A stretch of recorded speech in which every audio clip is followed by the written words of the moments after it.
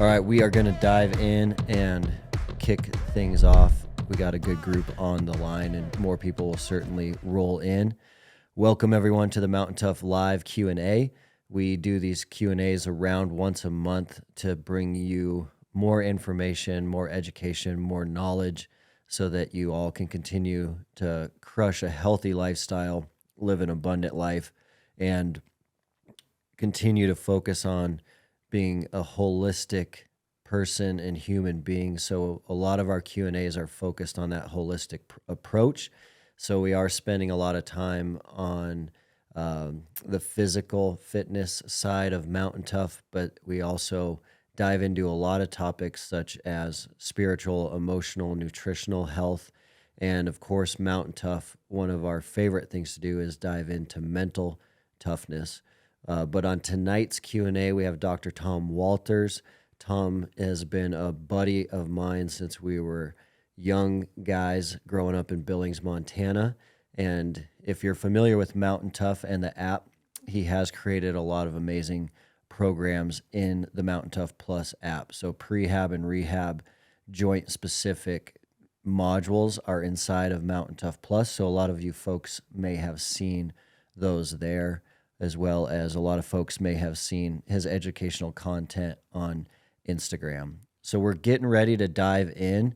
As we're getting ready right now, a really helpful thing to do is to start adding the questions you have for myself or for Tom tonight. If you all could start typing those questions into the chat feature, that would be awesome. Excuse me. This is always a confusing part of Zoom. If you could start typing your questions into the Q&A feature. So if you look at the bottom of your screen, whether you're on a laptop or phone, Zoom has two features. One is chat, one is Q&A. We're going to pull questions tonight from Q&A. So don't use that chat at all. Please stay out of that chat room and just start posting your questions that you have, prehab or rehab related, injury related, recovery related, into the Q&A board now.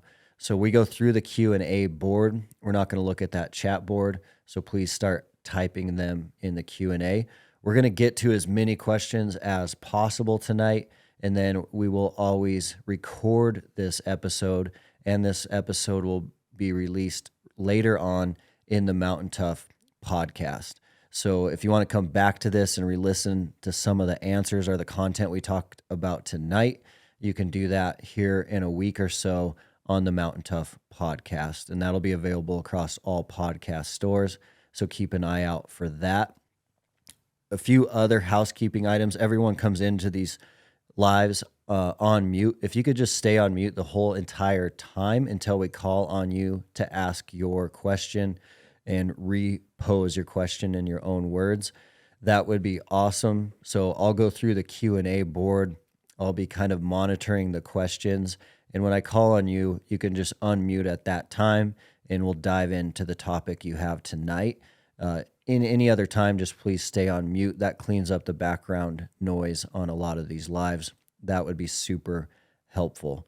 And so we are going to dive right in. I would like to welcome Tom to the call. It's pretty awesome to have Tom. This is our first live that we've done with Tom. Our last one was with Coach, our head trainer, Sarah, and we dove into one of our new sandbag programs. And then the live before that was with Phil Cornerchuck. Phil was the director of he is the director of mindset here at Mountain Tough. So we handled a lot of mental toughness questions. So if you guys could start posing any questions you have for this evening in that Q&A board, we will start reaching out to you guys and getting some of those answered. Tom, I'm going to hand this first one off to you. This first question coming in through the Q&A is from Greg. Any plans to have age-related fitness program with age-related recovery being given consideration?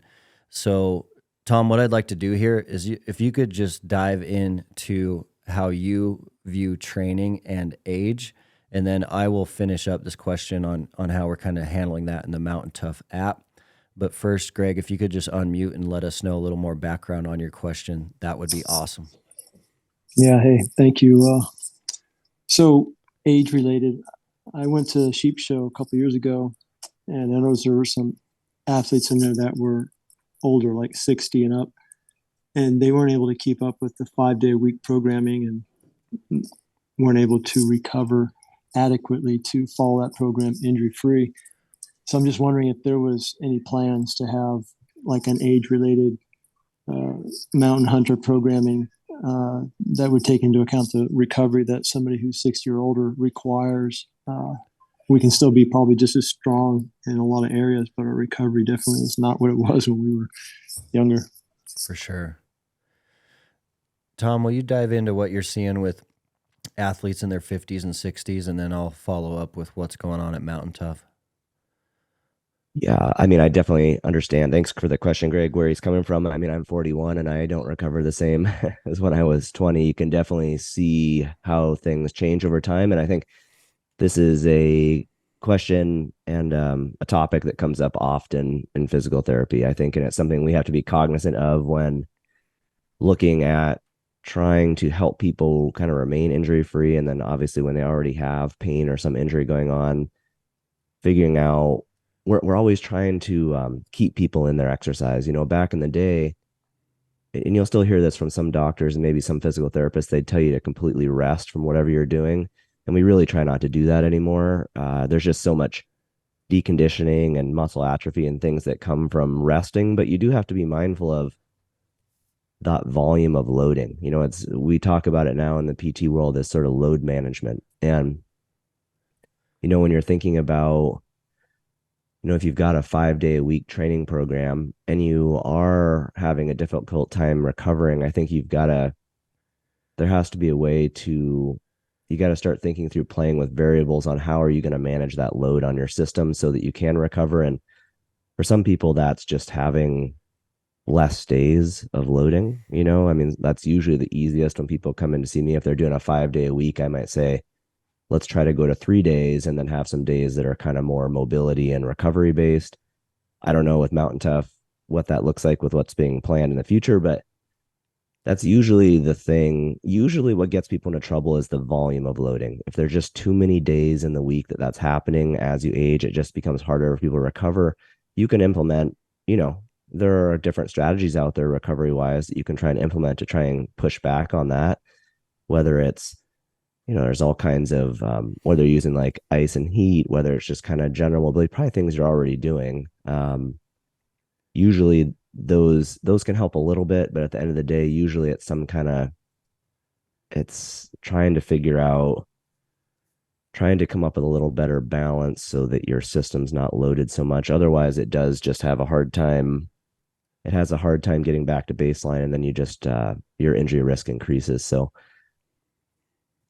that if somebody were coming to the clinic, I probably would have them dial back for a little bit on how many days they're working out and then see if you can build that back up gradually. But yeah, Dustin, I don't know how that works with how you're programming, or if maybe there would be an option. Maybe that's an idea as like a 3 day a week or something program or.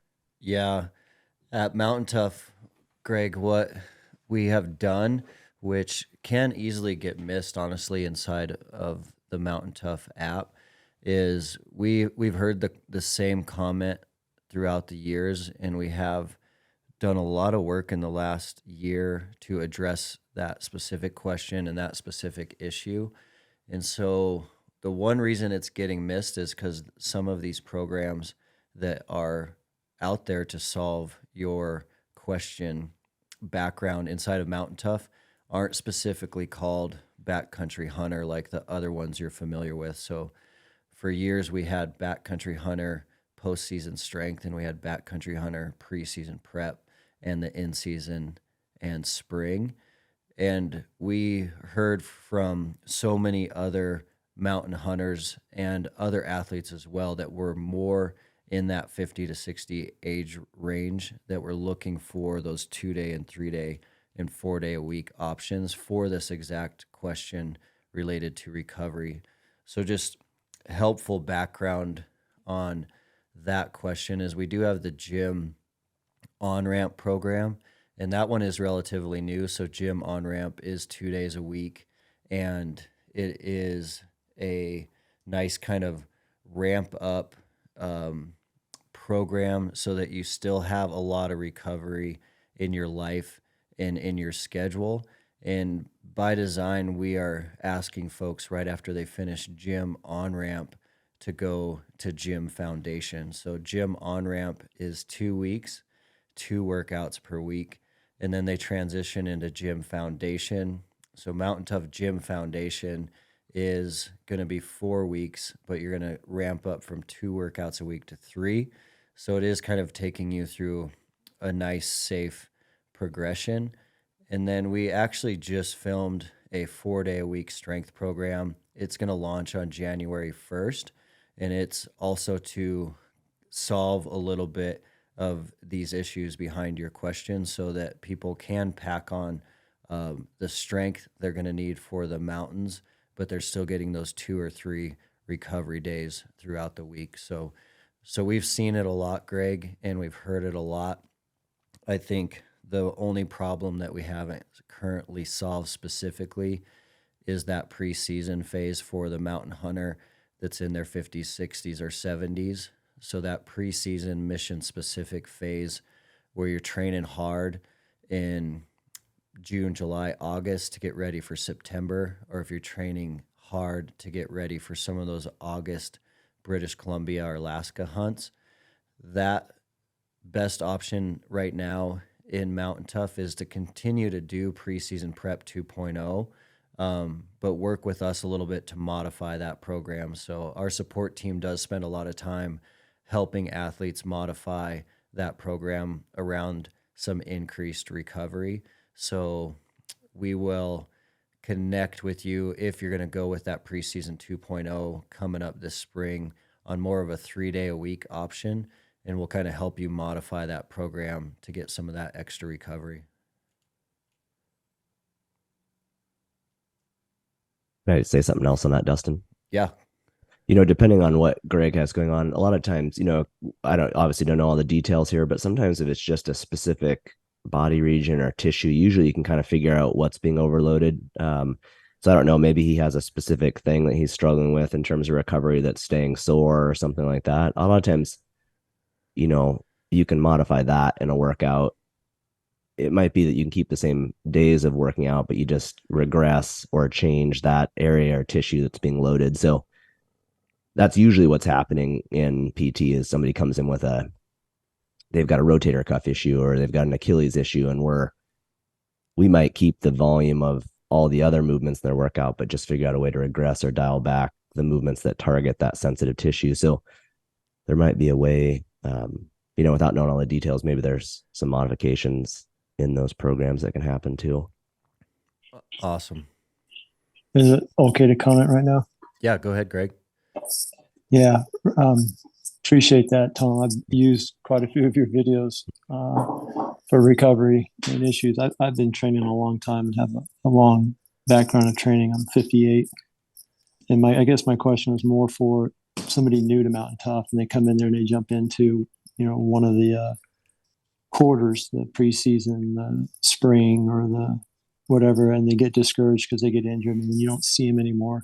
Yep. And I was just thinking it'd be nice if you had maybe something tailored to guys that are, around the age of 60 that they could follow and still be a part of that community. I personally, I tailor it. And if I get to a point where I'm overloading and I'm not recovering, and anybody that's done this for a long enough time, when you're there and you just take that extra day off and follow a stretching routine or whatnot. But for some of the other guys, I think it might be beneficial if you had something specific like that could maybe keep them encouraged and keep them, focused and not get into it, get overtrained, and then say, this is too much and move on. And then you never see them again.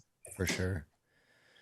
Yeah, I couldn't agree. Yeah, that's so true. I think that's a great idea. There's actually a group I work with here, and I've talked to them about this. You see this in professional sports where they'll actually have sometimes 8 weeks prior to season have this anatomical adaptation window, they call it, where they kind of are doing what Dustin's talking about. Some of the, like where you're doing 2 days a week and then 3 days a week, and you kind of build up slowly to allow the person's tissue to adapt. And I think it's a great idea because otherwise you're right. People they go hard and they get injured and then they just disappear and they don't come back. So It's a great Great point.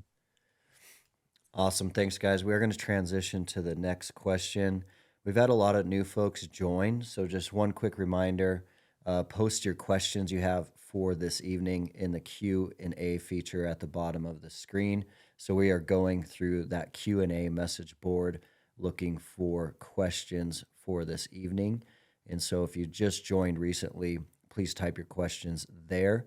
We will go to Jaden. Jaden, it looks like you have a question around your big toe that's been bothering you for a while, but really asking the question of like, how do you stay in the mountains and stay working out even though you might have an injury somewhere? If you could unmute Jaden and ask your question and give us some more background info, that'd be awesome.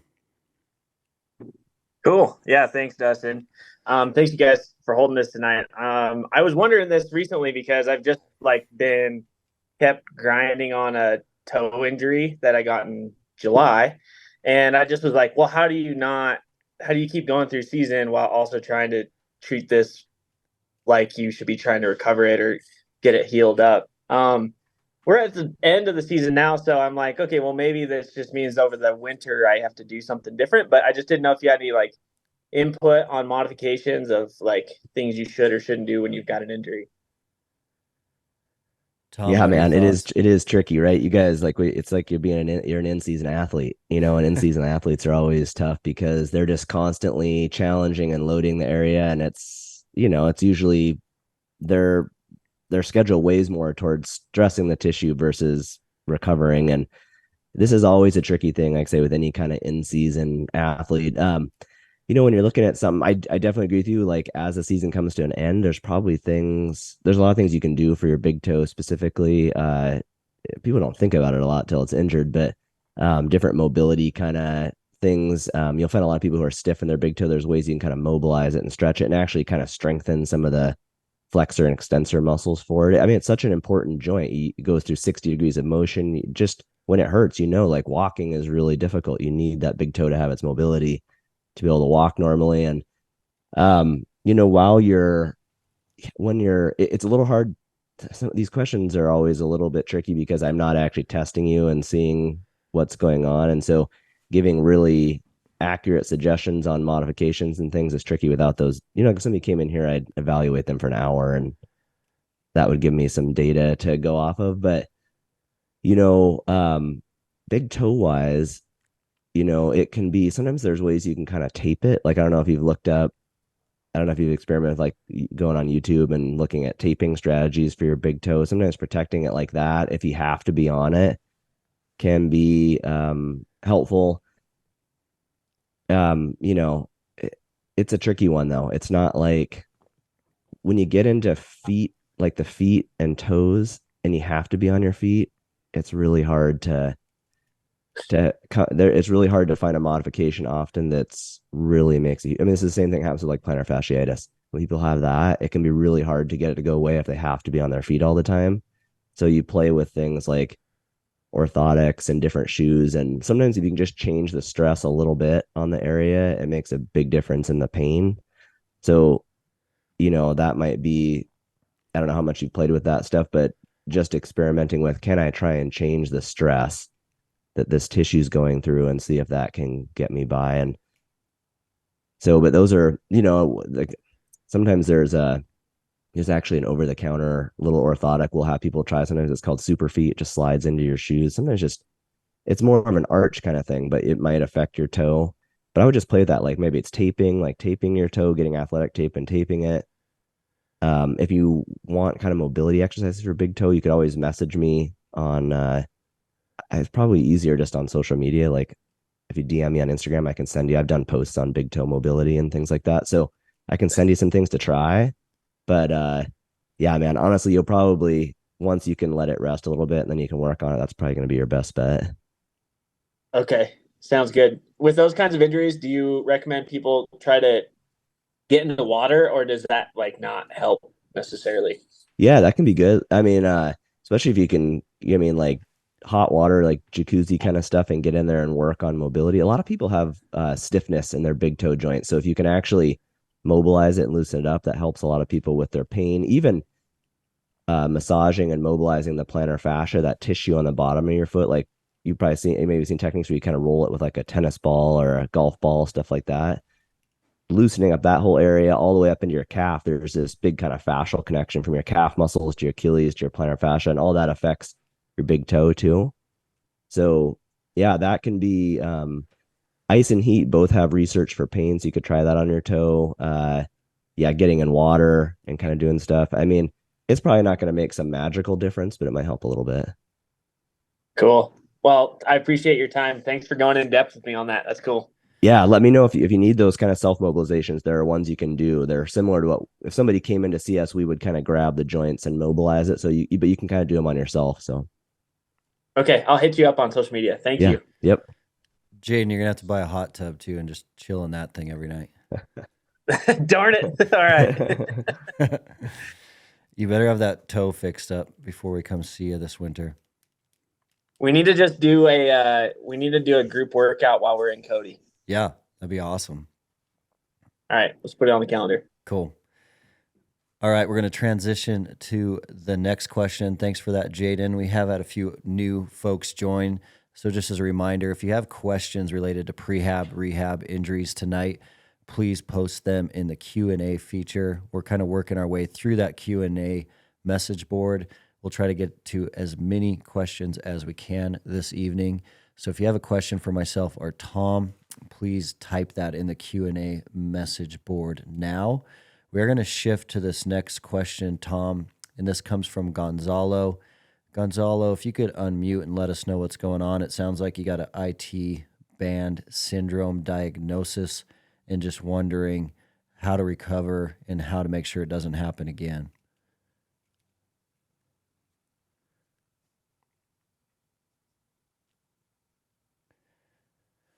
Gonzalo, we'll give you a few other.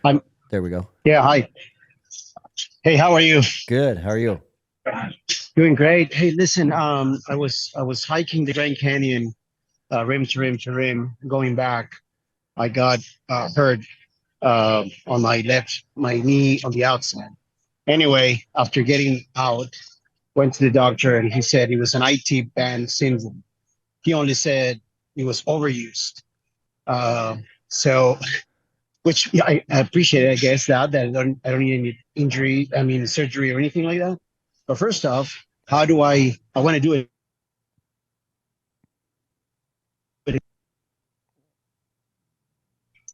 That injury, I guess, quote unquote, again, I need to use it, right, to prevent that. And then the other thing is, how do I train now that I have this overuse, I guess, diagnosis? Yeah, well, thanks for the question. That one, IT band is a super common cause of pain on the outside of the knee, and you see it a lot in runners, and people are doing a lot of hiking, so it makes sense. Really, if you're looking at trying to, get rid of IT band if it's hurting you actively or preventing it from coming back, it really is strengthening that's focused on the lateral chain of your legs. So it's mostly your hip abductors. So there are exercises we have people do for their gluteus medius and minimus, which are 2 of the 3 of your gluteal muscles, but their primary function is to stabilize your pelvis and to abduct your legs. So they bring your leg out to the side. But if most of us, right, we're standing on our leg. So when you're standing on your leg, they help control your pelvis and femur. And what you'll find sometimes in people who are doing high volume running and hiking is that as they get tired, as those muscles start to get tired, their knee will start to kind of cave in a little bit. It's called dynamic knee valgus. And when that happens, it stresses the IT band. And IT band is basically a tendonitis. We call it tendinopathy now, but it's a connective tissue disorder. Your IT band is just a big connective tissue, just like your Achilles tendon and things like that. So it's now kind of grouped into these connective tissue tendinopathy disorders. And the research on tendinopathy, the thing that has the best evidence is gradual strengthening or loading of those structures. So, but you have to be pretty specific. So like a lot of times people will be doing squats and different exercises like that. And those can be helpful, but you have to do some that are very specific in terms of this lateral movement into hip abduction.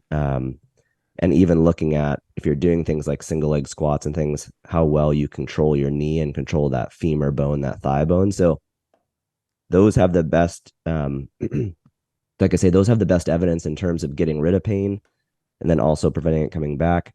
It is another one of these things. I mean, IT band syndrome, like we were just talking about in the last question, it's a disorder that tends to happen when people are doing something in really high volume. I mean, honestly, that's probably going to be most of the questions in here. Almost everyone I see in the clinic over the age of 30 has an overuse, if you want to call it that, overuse, kind of repetitive use injury. The tissues being loaded repetitively at kind of a lower magnitude, and after a while, that can cause pain. Usually, it's not something serious, but there is a portion of that that's, again, kind of that load management, like let it calm down. But then the next phase, especially for IT band, is strengthening those lateral structures, strengthening gluteus medius and minimus, working on your neuromuscular control when your weight is on that leg so that you don't have that dynamic valgus where the knee comes in. And I'm trying to remember, Dustin, did we do an IT band syndrome program on Mountain Tough?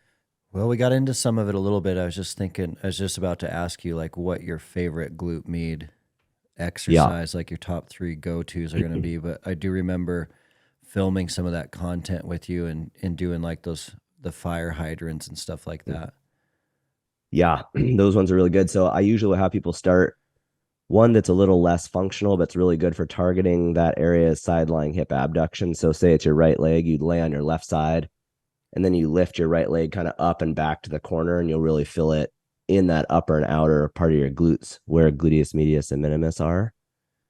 And then to make things more functional, you want to be standing. And that banded fire hydrant we did when I was out there is really good because the band, you stand on the leg that has IT band syndrome. I mean, actually, you would do both, but really, if you want to target the side that has the problem, you'd stand on it. The band goes around both knees, and then the band wants to pull the knee in. So you have to use gluteus medius and minimus to keep that femur, keep your knee over your toes while you're doing that movement. So that's a great one. And then I'd probably say the next one is just a single leg squat. Single leg squat research. It's one of the best for targeting gluteus medius. Most people think of squatting as just gluteus maximus, but because you're on one leg, that is a great exercise because it not only strengthens, but it also teaches you to control that femur. That's what you're trying to think about is, I don't want my knee to dive in when I do these things. Can I try and keep my knee? And a lot of times doing it in front of a mirror is a good way to go. Like I'm going to do these single leg squats in front of a mirror and make sure my knee stays right over my toes and doesn't deviate in. So Tom, are you going to do like a single leg, like TRX pistol squat or something like that? Yeah, you could. Yeah, I mean, it can be like a pistol squat. Sometimes we'll have people start with a little bit more of a hip bias squat where they kind of sit back into it, almost more like a back squat pattern, but on one leg, where you kind of sit back into your hip a little more. But yeah, like a TRX actually is a good way where you starting out, you can kind of hold like that. Eventually, you want to get people to where there's not holding on to anything, and it's just on that single leg. I will use this one a lot called a skater squat, where it kind of looks like your butt sticking back and another way people can do it too is like if you have a lateral step down is a really good exercise for this, where you stand up on like a stair. If you have that at your house, you stand on that, you kind of go sideways on the stairs. The leg that's injured goes up on the higher step, and then you kind of reach down and touch with your heel on the other side, and you really work on it. It's kind of like it's like a mini single leg squat, and it's another one where you can build strength and really work on that control. It always seems counterintuitive to people. They're like, this thing hurts, why would I put more stress on it? But the research has shown that when you gradually stress connective tissues with loading and strengthening exercises, they desensitize and they become more resilient. So I know stuff's kind of abstract and you can't see a video of it, so maybe there's a way. If anybody has a question about something specific and they DM me on Instagram, I have posts on all these things and I can send them to you. And it is wild how common the IT band syndrome pops up. It's crazy how common that is. It's the second most common cause of lateral knee pain in runners. So in this population with what everybody's doing, just with lots of volume of hiking, it's not odd that it bothers a lot of people. What's the first cause above that? Yeah, it's actually a good question. I don't know. I just know the stats on IT band syndrome.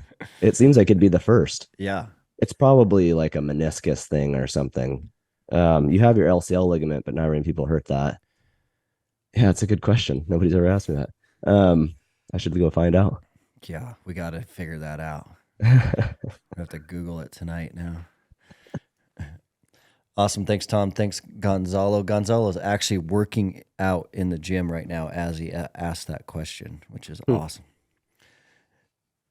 We are going to transition to the next question. Next question for tonight, coming from Justin Peterson. Justin, looks like you have a question around some flat feet, and just curious what some baseline prehab rehab exercises could be for a mountain athlete with flat feet. If you could unmute, let us know what's going on. That would be fantastic. So, increasing running in postseason strength, looking to get into Border Patrol. But again, regardless how that pans out, I've been with Mountain Rescue for about 8 years. So just kind of curious about general foot care, but then anything that can specifically help with, flat feet, fallen arches, and that type of thing, because they can take a beating on trail for sure. So Justin, do you get pain in your arches, or is it just more kind of like trying to take care of it? Really just trying to take care of it.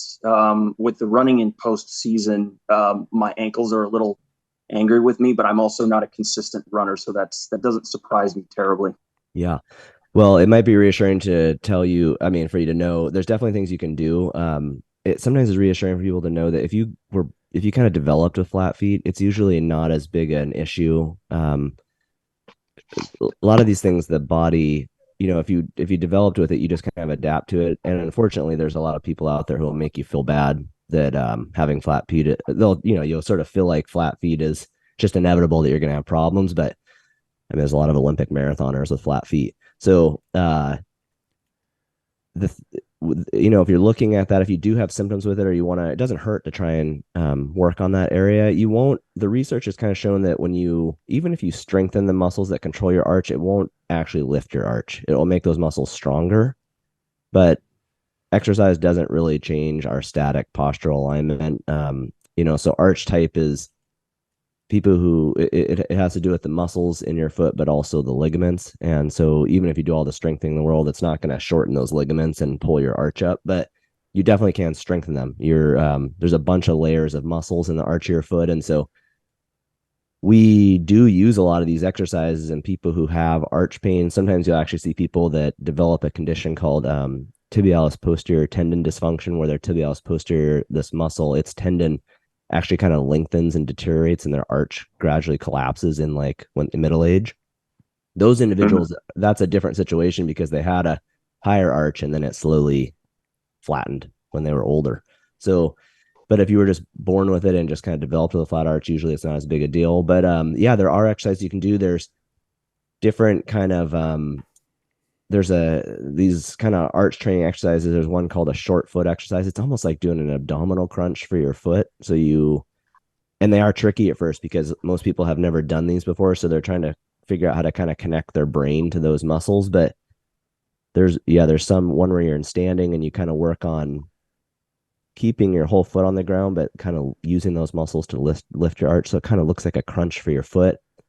There are ones that PTs a lot of times will give people for these muscles called towel curls, where your foot will be on the ground and you've got a towel underneath it, and you kind of curl your toes and pull the towel in, and that naturally strengthens your toe flexors and your arch muscles. Sometimes you can put some small weight on the end of the towel, so it's a little harder to draw it in. There are different exercises with TheraBands where you strengthen your toe flexors as well, like where it kind of hooks on your foot and you push down with your toes. This could also help with the big toe question earlier up above, but yeah, there's definitely, and then that tibialis posterior muscle. Tibialis posterior is a muscle that turns your foot in, but when you're standing, it controls arch height. So there are exercises that we give people a lot. There are a lot of hikers and stuff who actually get tibialis posterior tendonitis, and they'll have pain on kind of the inside of their shin and down into their arch.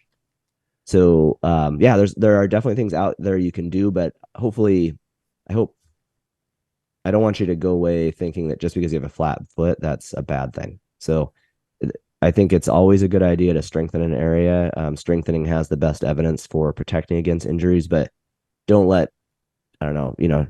go away from this with a belief that having a flat foot automatically means you're going to have problems. No, it hasn't stopped me from mountain rescue. So thanks very much. I appreciate the info. Thanks, Justin. Great question. We have a few new visitors, so we are getting kind of to the home stretch of our Q&A. Every Q&A, we do have the hard stop at the top of the hour. We'll get to as many questions in our remaining time as we can.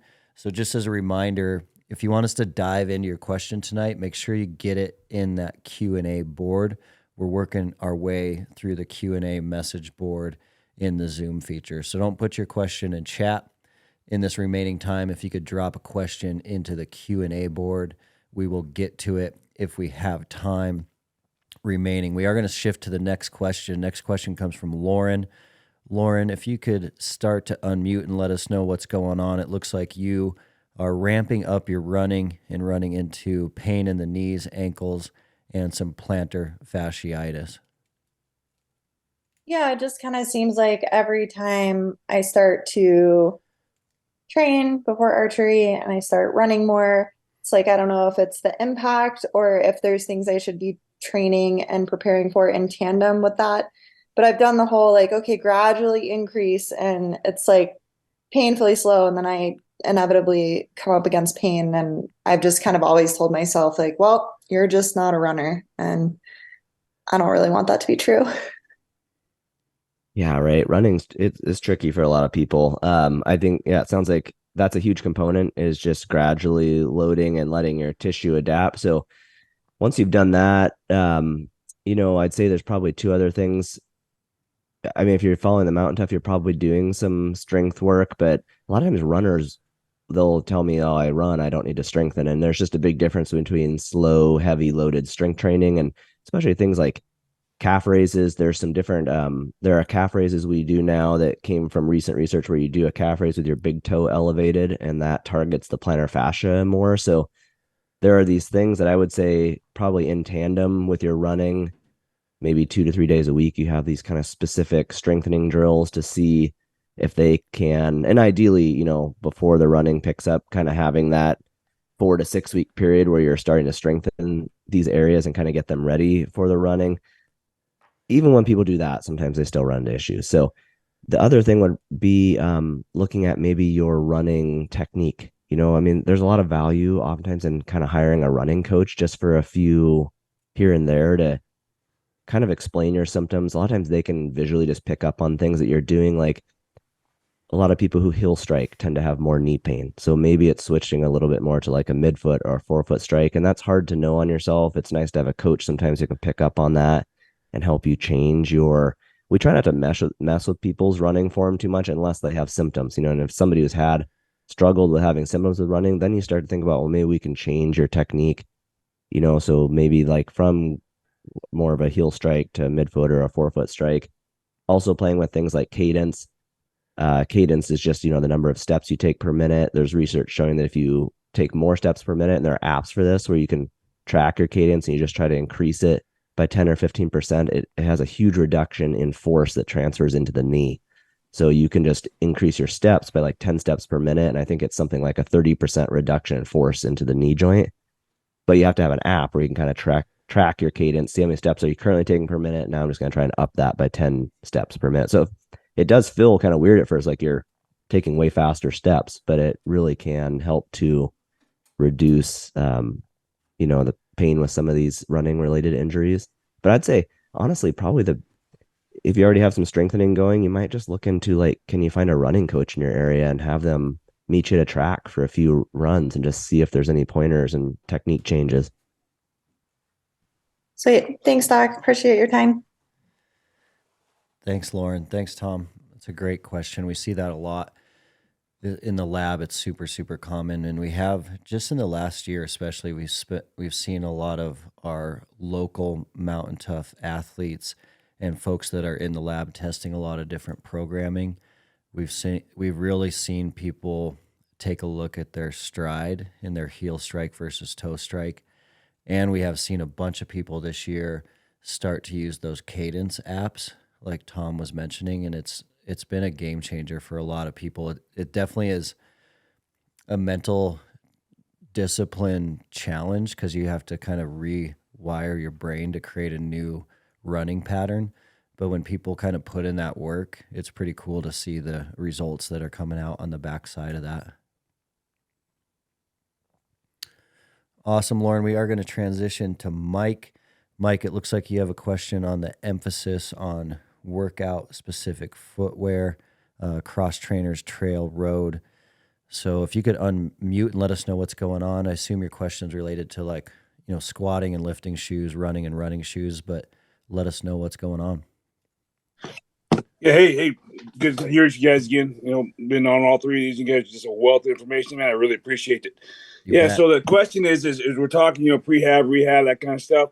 For years we ran on the cheapest shoes we could, because we were in the Army and all that stuff. And now that, we've gotten out and we're getting a little bit older, we can afford a little better shoes and stuff. There's cross trainers, there's road shoes, there's lifting shoes.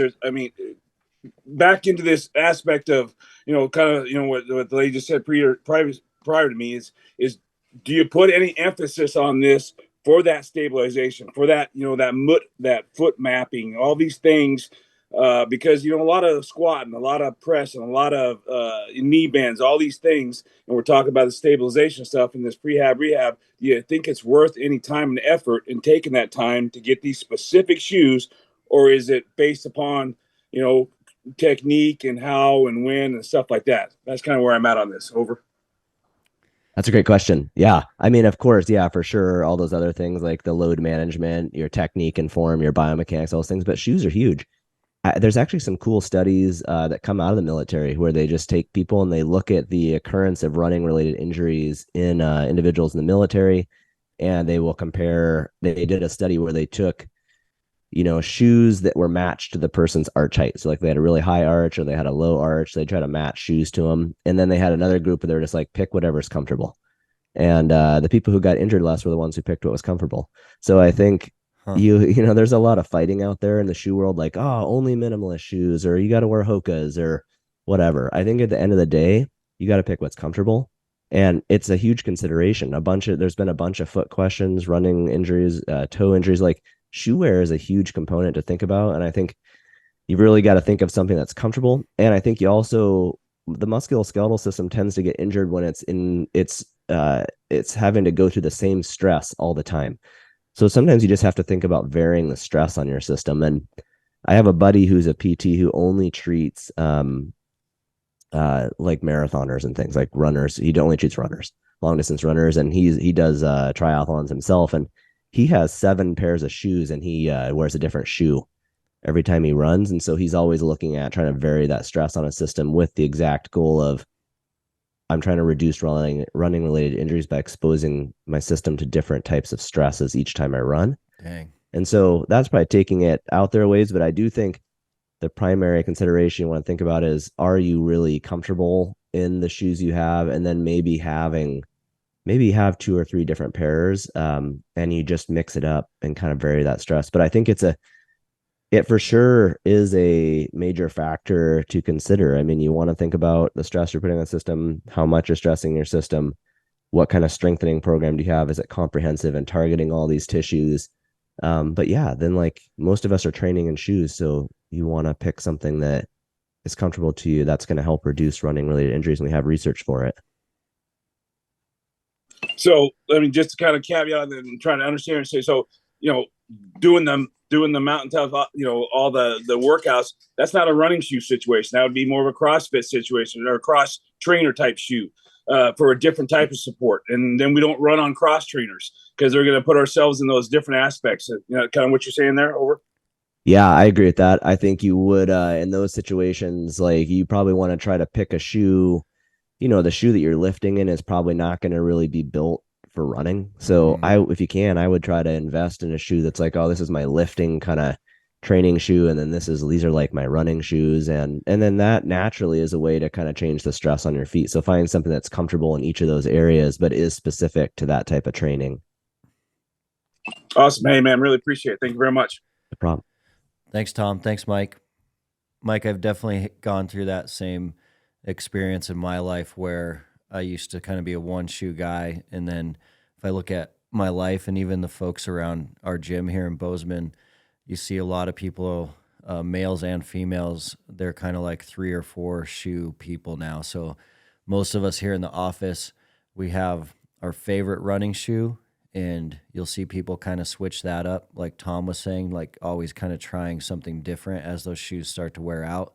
And then each person usually has their favorite really specific lifting shoe for really specific days. So like a heavy squat or deadlift day, there are lifters that make those days feel so much better, especially like on squat, where you feel like in a specific weightlifting shoe, you are like glued to the ground, and it makes your technique feel way better. And then most of us are wearing some sort of cross-training, CrossFit style shoe for like the high intensity workouts where you might do a little bit of lifting, a little bit of running. And so looking across like our locker room now, almost every person has 3 sets, and that has helped us a lot. Like it's really helped reduce injuries. It's helped tighten up some technique.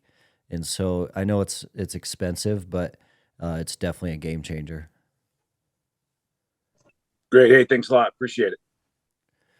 You bet. We got one final question. We'll dive into this one, and then we'll come to a close for tonight's Q&A. The final question is around, Tom, I'll let you dive into this one first. If whoever posed this question could unmute, your name is not identified on the question, but whoever asked this, if you could unmute and let us know a little background info. Tom, the question is just related to these stretch labs that are popping up across the country. We're seeing them here in Montana. I see them everywhere I go now. So you can kind of go in and get your muscles scraped and stretched. If you could unmute, let us know some background on that question. We'll dive in these remaining minutes.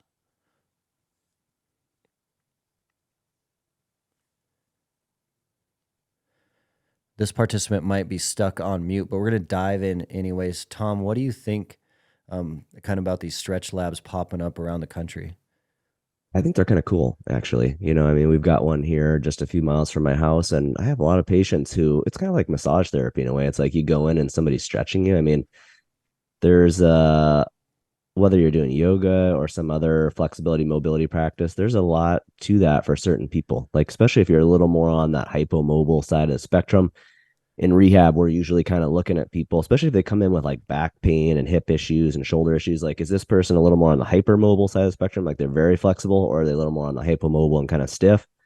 For that person who's a little less flexible and stiff, you know, stretching can be really useful. And, you know, so as I understand it, the stretch lab, it's kind of like you go and you lay on a table and the person stretches you. And I think there's probably, that can be a pretty helpful complement to the rest of your training, especially because a lot of people, you know, they might know they should do a little stretching, but don't actually take the time to do it. So yeah, I think there's that piece where, to me, it is similar to kind of like a massage therapy appointment where you're going in, somebody's working on you. It can be a great, you know, it could be another good, like really good recovery type of modality in with your training. So I don't think obviously you need to do it. If you're good about stretching, just do your own stretching, but it is nice when somebody else does something to you. It's a little different. Like when you have to actively move your body to create a stretch or roll yourself on the foam roller, massage something, it doesn't feel quite the same as like when you just lay there passively and someone does it to you. There's kind of a second part to this question. Thanks for your input on that. The second part is related to muscle scraping, and then there's a third part I'll let you know about as well. But what are your thoughts on some of that muscle scraping? I don't think it's really necessary. There's not really, I mean, some people, once in a while, you meet someone who has a specific kind of painful condition. I'm okay with people trying it, but it doesn't, it's called instrument assisted soft tissue mobilization. It's just, it's not something that I've ever been really motivated to implement in my practice because it doesn't really have any evidence to support it. Some connective tissue, like tendon problems, people get worse when you do that to it doesn't have nearly the research that like strengthening does. Gotcha. So there's way more research to support strengthening, stretching a tissue. If somebody has something that's like a really resistant pain problem, like say they have a plantar fasciitis, they can't get better, nothing's making it better. I have had people that went and did scraping and it helped them. So to me, it's like if you have something that's kind of resistant, that's not getting better with the kind of more evidence-based things, then it's probably okay to try, but it wouldn't be the first thing I'd go to right off the bat. Yep. And then final thoughts, and then we will come to a close for this evening. But the last question is related to the crossover symmetry for shoulders. And, we see this a lot in Mountain Tough with archery hunters always trying to build and reduce pain in their shoulders. So crossover symmetry versus TRX and kind of strengthening your shoulders with TRX Ys. And is there one that you see working better than the other?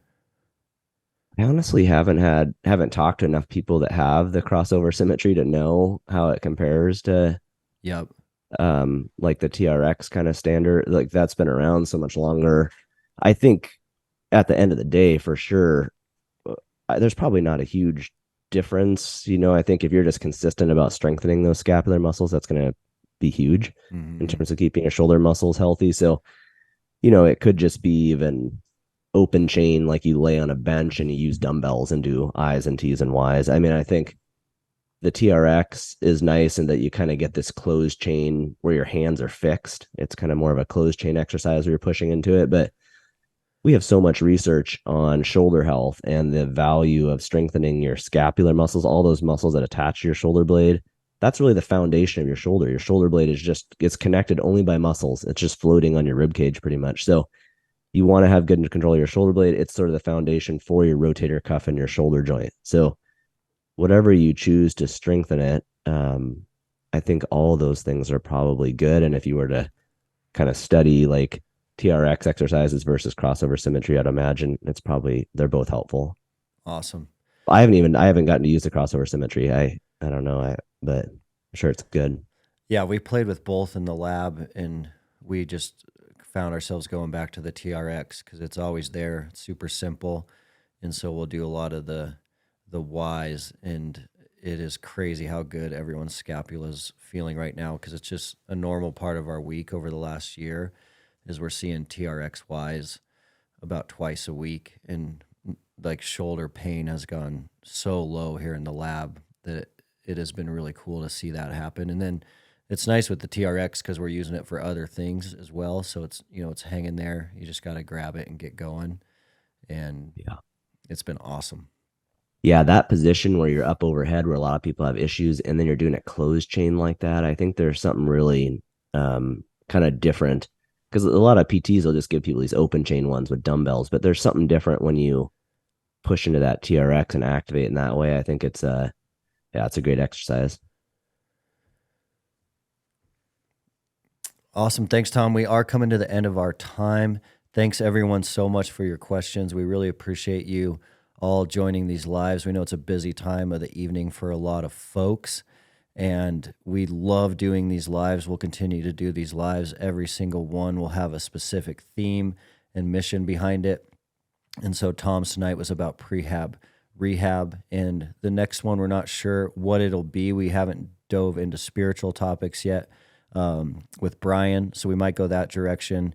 But we're always open to your guys' feedback. It's about a monthly cadence right now that we're doing these live Q&As, and we love seeing you guys. We love supporting you guys. We love answering as many questions as possible, and we know that a lot of Mountain Toughers have questions, and we're answering a lot of those through support@mountaintough.com.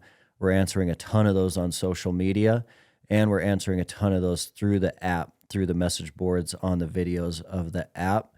So also, if you are not a Mountain Tougher or you are a Mountain Tougher, you want to dive into a lot more of this rehab work that Tom is doing an amazing job at. In Mountain Tough, in the app, it's Mountain PT, and that's where you're going to find Tom's modules on prehab and rehab. He's been out to the lab several times filming that content over the last couple of years, and it is awesome to see how it's helping a lot of people alleviate some of these pain points. Also, Tom is like the king of educational content on Instagram, and so he's not joking when he says every single thing you could think of that might ever hurt, he has a video on his Instagram account. It is insane. And Tom, Instagram's Rehab Science, correct? Yep, that's it. Yep. Yeah. So check out Rehab Science. I use it all the time. It is pretty wild how many videos are on his account to help you with some of these pain points. So he'll show you the pain point that you're probably experiencing, and then he'll show you several prehab rehab movements to start making some of that pain go away, increasing your mobility as well. It's phenomenal. Also, Tom just released a book this year, which was an insane undertaking. It's sitting there behind him on his shelf. Rehab Science is the name of the book. It is available, I'm certain, where all books are sold. And this thing is intense. It is like his Instagram account in book format. So it's going to cover a lot of the same stuff in way more depth than Instagram, but it's going to show you how to tackle a lot of these mobility projects on your own, alleviate a lot of this pain on your own. It is like a PhD level university textbook, I would describe it as, just for an example, where you're literally going to be able to dig in every single joint and see photo examples of movements you should perform. It's an amazing project, an amazing book. So if you're looking for more prehab rehab information, I would definitely recommend Tom's Instagram and his book. Tom, I know, is busy, but he also answers a lot of DM questions on Instagram. So he's a wealth of knowledge. So if you're still struggling with some pain, that's what I would recommend.